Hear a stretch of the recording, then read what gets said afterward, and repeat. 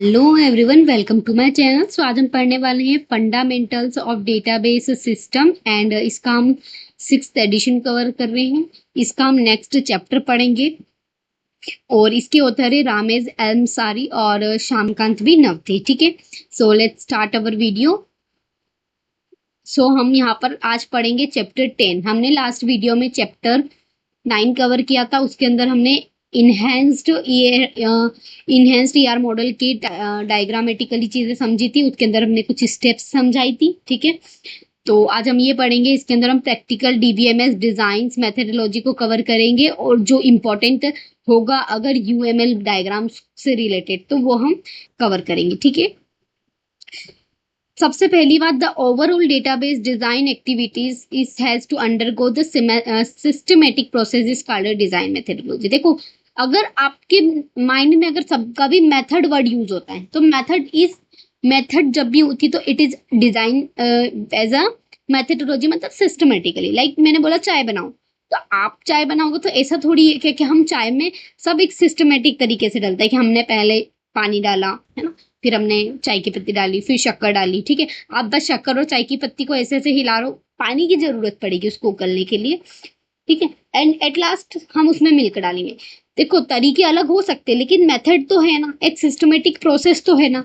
तो इसी टाइप से अगर मैं बात करूं तो हमारे पास, अगर हम मेथड की बात करते हैं तो वहां हमारे सिस्टमेटिक प्रोसेस का निर्माण होता है ना। We can say that whether the target design is managed by RDBMS. ठीक है, हमारा जो टारगेट डीबीएमएस कौन डिजाइन करता है? आरडीबीएमएस, है ना, रेश क्या, रिलेशनल डेटाबेस मैनेजमेंट सिस्टम, जिसके अंदर हम ऑब्जेक्ट ओरिएंटेड पढ़ते हैं, ऑब्जेक्ट रिलेशनल ओरिएंटेड पढ़ते हैं, many things are about this. और आजकल तो हम, आप जानते हैं, ओरेकल डिजाइन पे भी फोकस कर सकते हैं। बहुत सारी चीजें जो हम डीबीएमएस में कवर करते हैं। आगे देखते हैं, the role of the information systems in organisation. DBMS का क्या रोल है हमारे इंफॉर्मेशन सिस्टम में, समझते।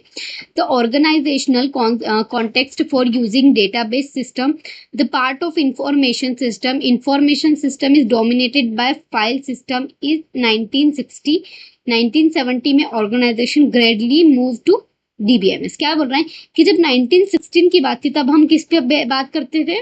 फाइल सिस्टम पे। लेकिन जैसे जैसे 1970 और फिर आगे समय बढ़ता गया, हम सब डीबीएमएस पे शिफ्ट हो गए। ठीक, जहां हमारे डीबीएमएस को कौन हैंडल कर रहा था? Which is called DBMS administrator. ठीक है, सिमिलरली इंफॉर्मेशन टेक्नोलॉजी यानी आईटी की बात करते हैं और information resource management IRM department have large recognised large organisation, we can say that, and big की सक्सेसफुली बिजनेस को मैनेज कर पा रहे थे बाय डीबीएमएस, है ना।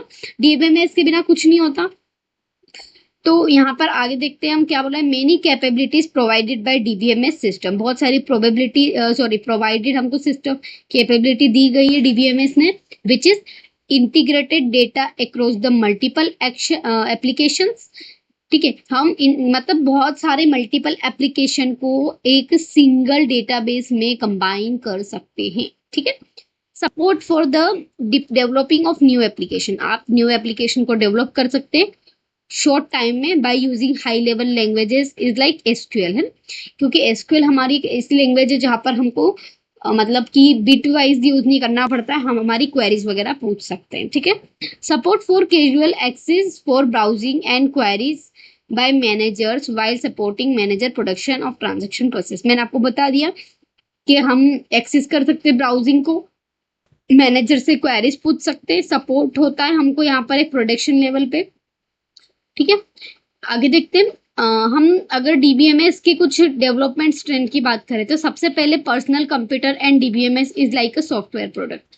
पर्सनल कंप्यूटर हमारे पास पीसी है और अगर उसका डेटाबेस सिस्टम है तो वो एक प्रकार का सॉफ्टवेयर प्रोडक्ट हो जाएगा, जैसे कि Excel, Visual FoxPro, Access Microsoft, है ना, एसक्यूएल एनीवेयर, आजकल माई एसक्यूएल चल गया है, पोस्टग्रिस एसक्यूएल चल गया है। तो ये सारी चीजें किसको हैंडल करी? It is called a personal database, we can say. ठीक है, अगला एडवांटेजेस क्या हो जाएगा? हमारा जो डिस्ट्रीब्यूटेड है या क्लाइंट सर्वर डीबीएमएस है वो, क्यों? क्योंकि हमको एक अलग, हमने क्या करा, हमारे डेटा को अलग अलग जगह रख दिया।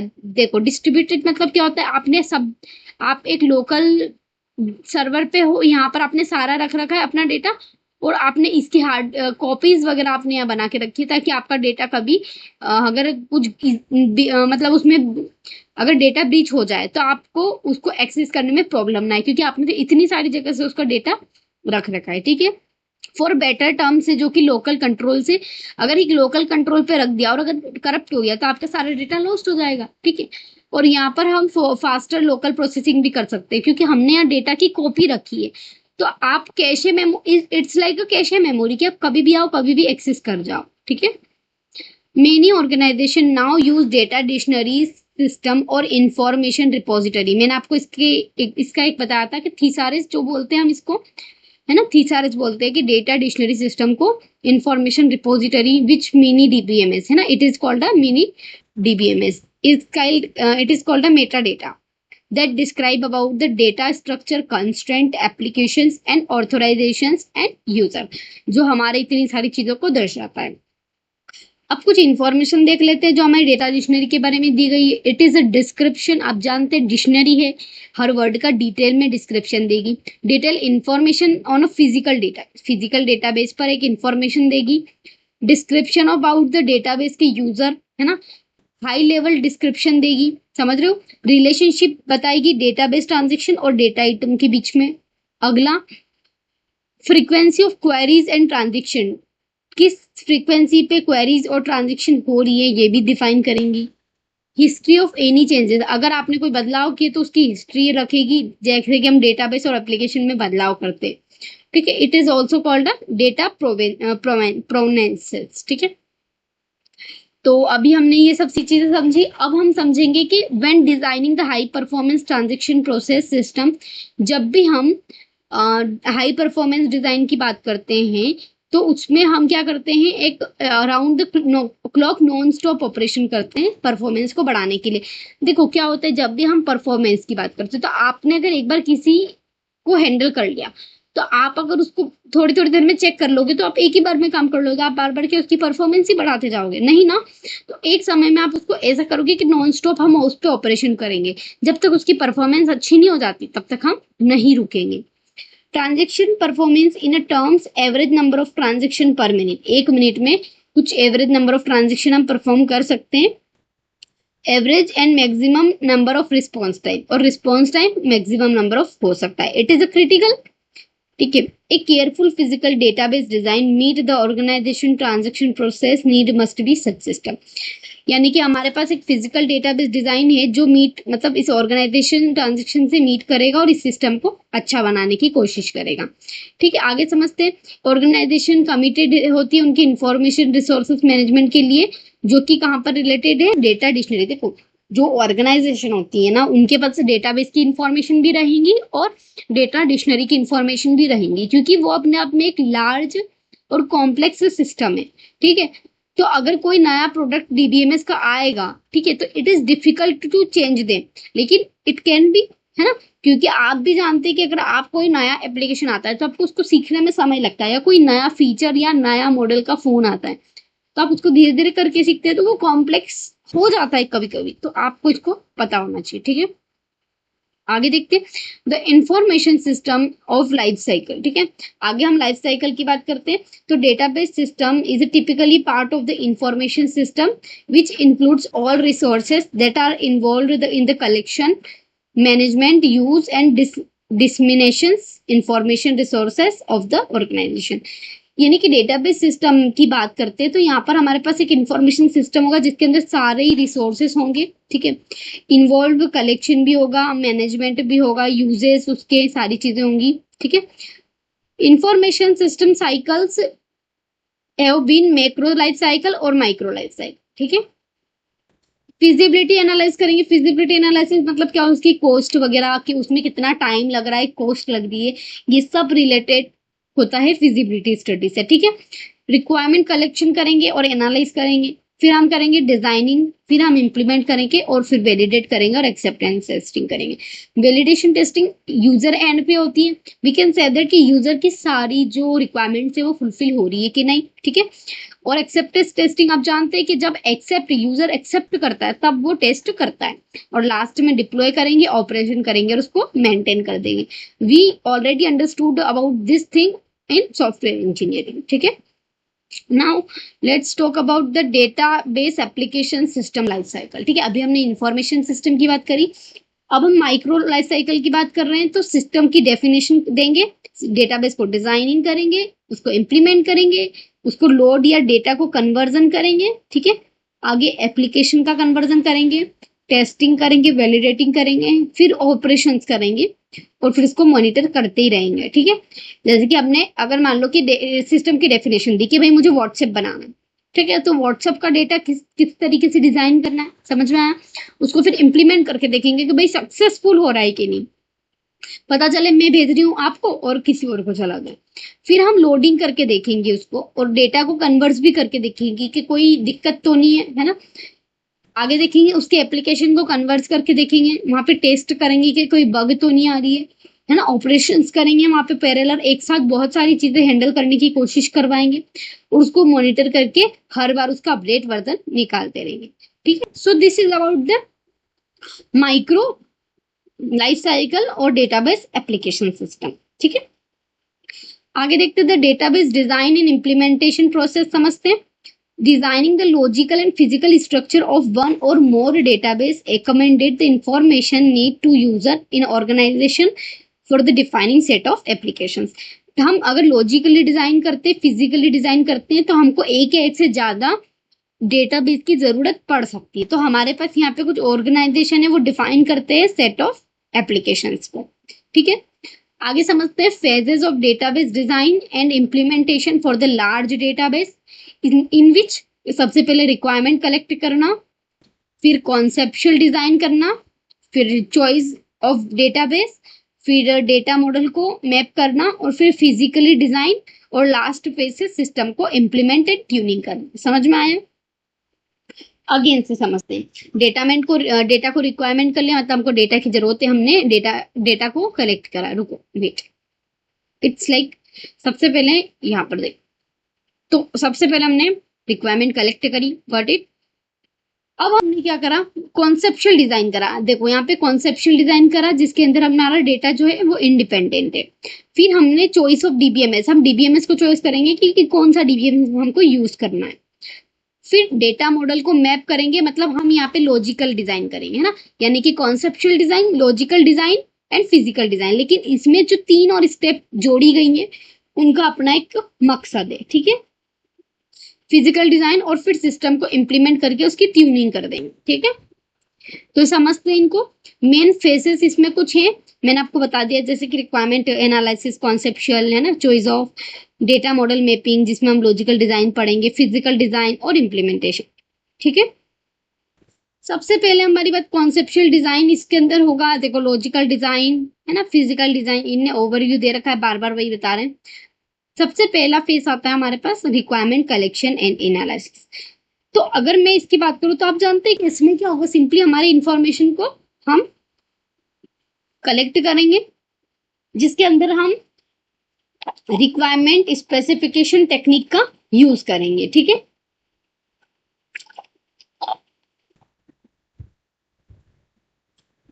यहाँ पर हम the requirements into the better structure represent, अगर हमको रिक्वायर आर है ना, मतलब जैसे अगर हम यहाँ पे एसआरएस का यूज करेंगे ना, जिसमें हम रिक्वायरमेंट स्पेसिफिकेशन का यूज करेंगे। ठीक है, जहाँ पे हमारी सारी रिक्वायरमेंट्स लिखी होंगी। फिर आता है कॉन्सेप्चुअल डेटाबेस डिजाइन, जो सेकेंड एक्टिविटी होती है, इसके अंदर हम ट्रांजेक्शन करेंगे और एप्लीकेशन को डिजाइन करेंगे कि हमारा एप्लीकेशन कैसा डिजाइन होगा। गोल क्या होगा हमारा इसका, कि हम डेटाबेस स्ट्रक्चर और मीनिंग और इंटर रिलेशनशिप और कंस्ट्रेंट को समझेंगे, कंप्लीट अंडरस्टैंडिंग करेंगे इसके अंदर, है ना। देखो यहाँ पर हम एक्सपेंसिवनेस की बात करेंगे, सिंप्लिसिटी और अंडरस्टैंडेबिलिटी की बात करेंगे, मिनिमलिटी यानी कि ओवरलैपिंग बहुत कम होनी चाहिए, डायग्रामेटिकली रिप्रेजेंटेशन होना चाहिए, फॉर्मेलिटी होनी चाहिए। ठीक है, फर्स्ट अप्रोच हो जाएगी इसके अंदर सेंट्रलाइज, है ना, और सेकेंड हो जाएगी व्यू इंटीग्रेटेड अप्रोच। आपको बस याद रखना है इसमें इट्स, हम अगर स्ट्रेटेजीज की बात करेंगे तो इसमें हम टॉप डाउन और बॉटम अप और इनसाइड आउट स्ट्रेटेजी का यूज करेंगे, और एक और है हमारे पास मिक्स्ड स्ट्रेटेजी। तो हम ये 4 टाइप की स्ट्रेटेजी को इसके अंदर यूज करेंगे। ठीक है, आगे समझते हैं, आगे देखते हैं। इसके अंदर हमारे अगला फेज भी स्टार्ट होने वाला है। तो अगला फेज है हमारा चॉइस ऑफ डीबीएमएस। डीबीएमएस को हमको कौन सा डीबीएमएस यूज करना है, हम उसका यूज करेंगे। ठीक है, सबसे पहला आता है software acquisition cost, maintenance cost, hardware acquisition cost, यानी सॉफ्टवेयर की कॉस्ट क्या होगी, उसके मेंटेनेंस की कॉस्ट, हार्डवेयर की कॉस्ट, और डेटाबेस क्रिएशन और कन्वर्जन की कॉस्ट क्या होगी। अगला आता है personal cost, training cost and operation. तो हम इसमें सारी कॉस्ट को डिफाइन करेंगे। ठीक है, आगे देखते हैं। अगला फेज आता है डेटा मॉडल या लॉजिकल डेटाबेस डिजाइन। ठीक है, तो इसके अंदर हम कॉन्सेप्चुअल एंड एक्सटर्नल स्कीमास की बात करते हैं, जिसमें हम सिस्टम इंडिपेंडेंट और tailor the scheme specific DBMS की बात करते हैं, जहां हमारा सिस्टम इंडिपेंडेंट होगा, और अगर हम उसको टेलरिंग करेंगे, मतलब टेलरिंग मतलब आप उसको जोड़े रखेंगे। फेज 5 की बात करते हैं, physical database design, specific file storage हम बात करेंगे, जिसमें हम एक्सेस पाथ की बात करते हैं डेटाबेस फाइल में, और हम उसके परफॉर्मेंस की बात करते हैं, क्योंकि आप उसको स्टोर करके रख रहे हो ना, तो उसका परफॉर्मेंस भी अच्छा होना चाहिए कि जब हमें चाहिए जब मिल जाए, यानी रिस्पॉन्स टाइम फास्ट होना चाहिए, जल्दी मिलना चाहिए। ठीक है, स्पेस यूटिलाइजेशन, सारी स्पेस यूटिलाइज होनी चाहिए, खाली नहीं रहनी चाहिए। ट्रांजेक्शन थ्रूपुट कैसे होगा, कि उसकी ट्रांजेक्शन होनी चाहिए जो सही हो। ठीक है, टोटली। और फेज 6 की बात करते हैं, database system implementation and Turing. तो लॉजिकली और फिजिकली डिजाइन कंप्लीट होने के बाद हम उसको इम्प्लीमेंट करेंगे, और ये डीबीए की रिस्पॉन्सिबिलिटी होती है कि इसको अच्छे से जोड़ा जाए, उसकी ट्यूनिंग अच्छे से की जाए, ताकि सब अपने अपने लेवल पे अच्छा काम कर सके। ठीक है, इसी को हम ट्यूनिंग कहते हैं। आगे हम use of UML design and aid of the database design specification के बारे में पढ़ लेते हैं। यूएमएल डिजाइन स्पेसिफिकेशन स्टैंडर्ड में हम ऑब्जेक्ट मैनेजमेंट ग्रुप और यूनिफाइड मॉडलिंग के बारे में पढ़ते हैं। ठीक है, आगे देखते हैं। क्लास डायग्राम इसमें हम बात करेंगे, use case diagram, sequence diagram और स्टेट चार्ट डायग्राम। ठीक है, ये 3-4 डायग्राम्स को हम पढ़ेंगे। इसके अंदर यूएमएल के अंदर हम जो डायग्राम पढ़ लेते हैं एक बार, कि कौन कौन से डायग्राम का हम उपयोग करते हैं। स्ट्रक्चर डायग्राम, बिहेवियर डायग्राम, और इसके अंदर हम object, data object, software components, class diagram, object diagram, component diagram, deployment diagram, इनको कवर करेंगे। ये हमारे स्ट्रक्चर डायग्राम का पार्ट है। और बिहेवियर डायग्राम में क्या क्या आ जाएंगे, which is sequence diagram, use case diagram, collaboration diagram, state chart diagram and activity diagram. इससे डायरेक्ट क्वेश्चन बनते हैं, है ना। वो पूछ सकते हैं कि कोलेबोरेशन डायग्राम किस टाइप का डायग्राम है, तो it is a behaviour diagram. ठीक है, आगे समझते हैं। आगे इसमें जो इम्पोर्टेंट अगर होता है फर्दर, तो हम वो पढ़ेंगे, which is Rational Rose a UML based design tool. ठीक है, हम इसको थोड़ा पढ़ लेते हैं, इंपॉर्टेंट नहीं है बट इसको समझना इंपॉर्टेंट है, क्योंकि इसके अंदर हम रिवर्स इंजीनियरिंग का कॉन्सेप्ट यूज कर रहे हैं, जहां पर हमारे डेटाबेस को हम अलाउ करते हैं कॉन्सेप्चुअल डेटा मॉडल क्रिएट करना, एक एग्जाइटिंग डेटा मॉडल पे। जैसे आपका एक डेटा मॉडल है, आपका ऑलरेडी एग्जिस्ट करता है, तो आप उसको उसको समझोगे, उसको रिवर्स इंजीनियरिंग करोगे, यानी उसमें आप समझोगे कि किस टाइप से आपने पहले बना था। जैसे कि एग्जाम्पल के तौर पे हम एक एग्जाम्पल लेते हैं, लाइक हमारा यूजीसी का पेपर है, और अगर मुझे यूजीसी का पेपर सेट करने के लिए बोला कंप्यूटर साइंस का, तो मैं सबसे पहले ओल्ड पीवाईक्यू, ओल्ड पेपर को देखूंगी कि किस टाइप से पहले के पेपर बने थे। तो मैं उसमें रिवर्स इंजीनियरिंग करूंगी कि पहले के पेपर किस टाइप से बने थे, उस टाइप के उसी मेथड से हम अगला पेपर बनाएंगे। ठीक है, और हम इसमें करते फॉरवर्ड इंजीनियरिंग और डीडीएल को जनरेट। ठीक है, so this is about this. और आगे देख लेते हैं, इसमें कुछ इंपॉर्टेंट तो नहीं है, अदरवाइज हमारा जो वीडियो है खत्म होता है। देखो यहाँ पर हम कुछ गुड डिजाइन के लिए अप्रोचेस यूज करते हैं, which is easy to use. आप जानते हैं कि आपका जो डिजाइन वो होना चाहिए, वो इजी टू यूज होना चाहिए, एनालिटिकल कंपोनेंट उसमें होना चाहिए, ह्यूरिस्टिक एक्यूरेट हो, गारंटी हो, ट्रेड ऑफ एनालाइज कर सके, डिस्प्ले कर सके, और डिजाइन को वेरीफाई कर सके। ठीक है, so this is about this chapter. और इसमें जो इम्पोर्टेंट चीज थी वो मैंने बता दी। वैसे ये चैप्टर इंपॉर्टेंट नहीं था, लेकिन हमको सारे चैप्टर को पढ़ना है, हमको सबको कवर करना है। अगर हम कुछ भी छोड़ेंगे तो मे बी कि उसमें से क्वेश्चन बन जाए। और जो मैंने आपको बताया कि क्लास डायग्राम वगैरह और बिहेवियर स्ट्रक्चर डायग्राम और बिहेवियर डायग्राम से क्वेश्चन बनते हैं, तो आप उनके अंदर पता रहे कि कौन कौन से डायग्राम किसके अंदर आते हैं। ठीक है, that's all about this chapter. Thank you.